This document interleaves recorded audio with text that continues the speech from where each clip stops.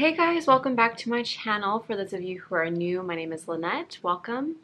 And today I'm sharing with you my zero waste struggles and my zero waste New Year resolutions to help amend and fix the problems I've been having. So the first thing that I've been really struggling with is this is one of the things. A fly just flew into my face because we have failed at composting. So a little whiles back, I found out that my community garden had composting bins, and I was thrilled because I thought, great, I can collect our food scraps in my little composting bin that I have and then go drop it off maybe once or twice a week, and la-ti-da, it's out of sight, out of mind. I don't have to worry about the wormies and making sure that they have the right ratio of browns to greens to I don't know what else, oxygen that they need and all those things. So anyways, I just thought for our busy life and our hectic schedules and for having a baby and living in a tiny bedroom, one bedroom apartment, this was just the solution. So we had been dropping off our composting thinking that we were doing like the best thing possible and that we were actually composting, to find out that we were just dumping our foods and veggies into a trash can, which is like no different than dumping into our own trash can. So I just quickly realized that wasn't a feasible option, but on top of that, we realized that we tracked back these little gnats from those composting bins at the garden into our own apartment, and we've had them for months now. 4 months. Not like 4 months, but F-O-R-E, 4 months now. I have set up like fly traps with like apple cider vinegar and liquid soap, and it actually has worked, but there have been a few that have somehow evaded the fly traps, and they're still here and they fly around and they land on everything and they're so utterly annoying. So my New Year's resolution for this issue is to, 1, I want to get rid of these flies because that is priority. 2, I'm going to take a free composting class in my area. Los Angeles, like Griffith Park area, I think offers these classes, so I'll have the information listed below if you're in the LA area and want to learn more about composting, because I know I need to learn about composting. 3, I need to find out if composting is actually a feasible, realistic thing that we could sustain in our own apartment. So there's actually a fellow zero waster in my area who offered to allow composting drop off at his compost bin, and I trust he has his bin working correctly, unlike our community garden. And he offered this to somebody else like on a Facebook thread, but I thought maybe I could reach out to him and see if he'd be interested in allowing us to drop off our compost as well. So that is my plan B if plan A doesn't work. So anyways, that has been pretty frustrating and a bit discouraging, and more than anything I think just annoying because I hate these little gnats, and we never had this issue before we started to collect our compost, so I know 100% it's because of the compost. So if any of you guys have solutions for how to get rid of these little gnats, please let me know in the comments. I would love to get rid of them as soon as possible so I can continue on in my composting journey. The second thing that has been really frustrating about being zero waste is that our awesome, amazing recycling center that we had been utilizing closed.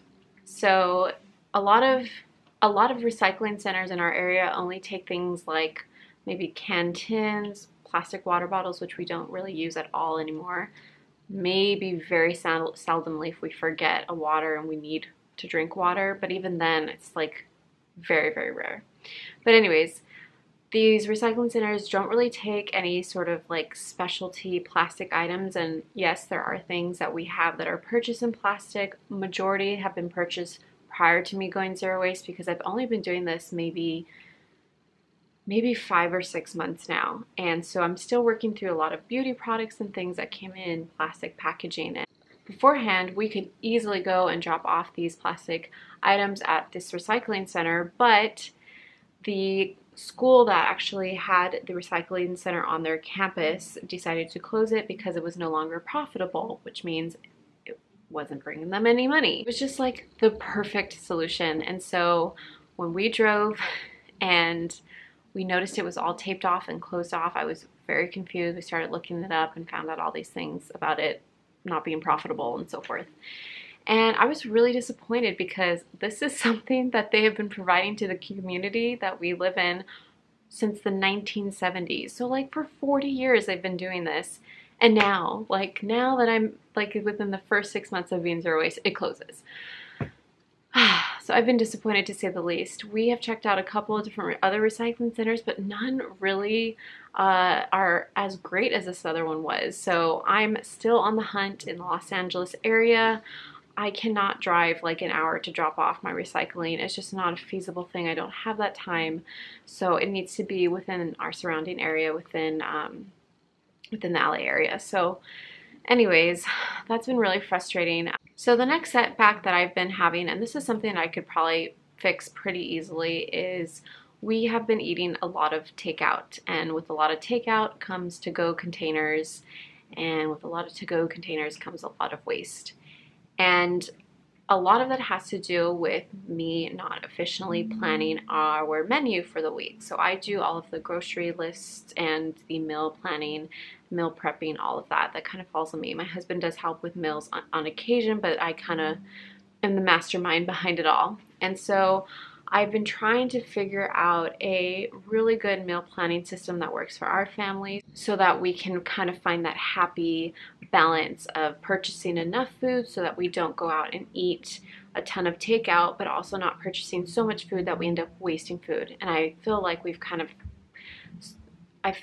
swayed on that pendulum, and I've not really been able to find that balance. So that is a New Year's resolution I have for myself, is to really hone in on our meal planning and to take the time to take 15-20 minutes to really sit down, plan our meals efficiently and effectively so that we don't waste food and we don't depend on takeout. If you guys are interested in having me do a meal planning video, please let me know in the comments. That would be something I think I'd really enjoy filming for you guys, and hopefully it would be helpful for you as well as for me as I learn how to navigate meal planning. So yeah, just let me know in the comments.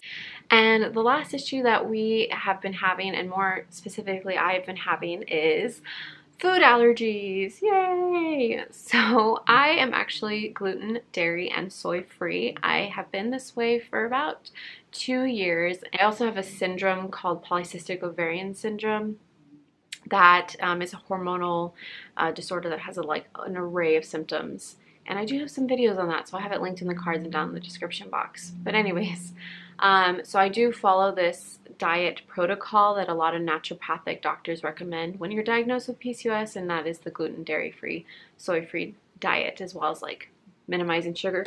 Did you guys see that fly? It's flying around my face. Do you see that? Do you see that?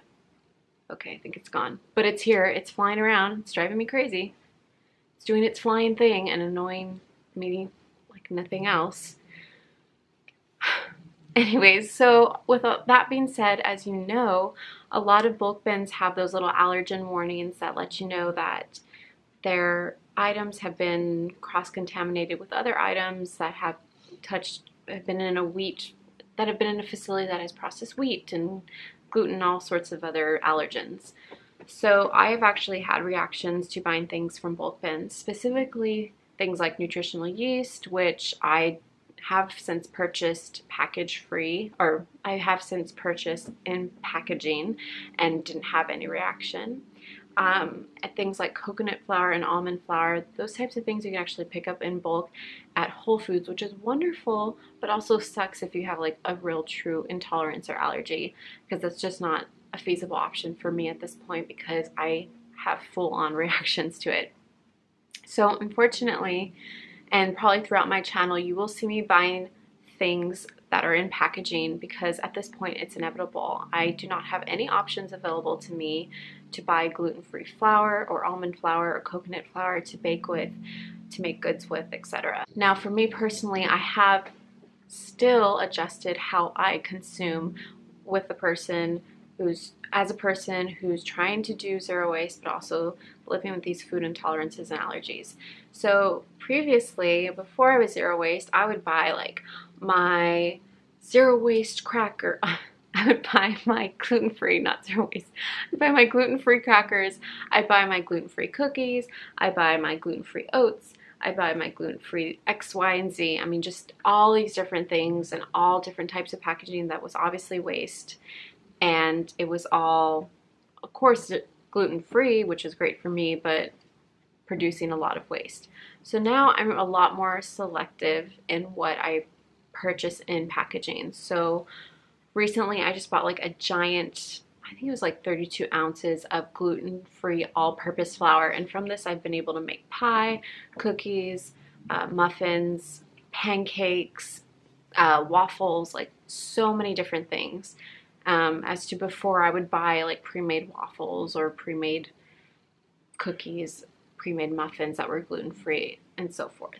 So I think just by buying one item in packaging, but using that one item to create several items instead of buying several different items and several different packaging, overall produces the amount of waste that I'm creating. So it's not a perfect system. I don't think you can ever be perfect being zero waste, but this is just working for me right now as someone dealing with food allergies, and I probably will have them for the rest of my life. So why not make a bit more wise and just better decisions overall so that I can reduce my waste in the long run? And that's kind of what we're all trying to do, right? So anyways, those have been my zero waste struggles. I hope this helps you in me being vulnerable and just authentic and real with you guys and where I'm at. Full disclosure, like, I don't have my trash in a mason jar.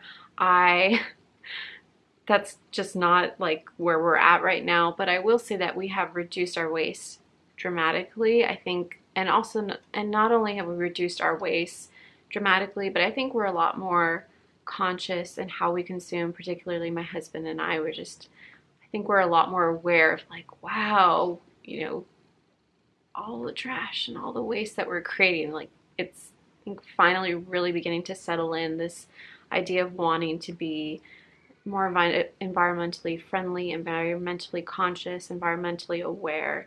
And so, yeah, I don't think we have this perfect system yet where I live with my little mason jar of trash, but I think we're finding solutions and we're becoming more sustainable. So if you are in this zero waste journey like I am and have found yourself discouraged, have found yourself frustrated, annoyed, trust me, I think a lot of us have been there, and just take it one step at a time. I know this pep talk is just as much for myself as it is for you. But yeah, it's just one thing, one solution at a time, and every simple change makes a difference. And I think that's something I have to remind myself every time I take my coffee cup, my reusable coffee cup, to the coffee shop. It makes a difference. And every time I refuse a straw, it makes a difference. Every time I say no plasticware, it makes a difference. So yeah, we can all be difference makers in just simple changes that we make every single day. And there is always grace for us if we make mistakes. If we fail at zero waste, just keep going. So anyways, that is all I have for you guys today. I hope you enjoyed this. If you like my channel, if you even like me, subscribe. I'd love to have you. And with all that said, I will catch you next week. Bye.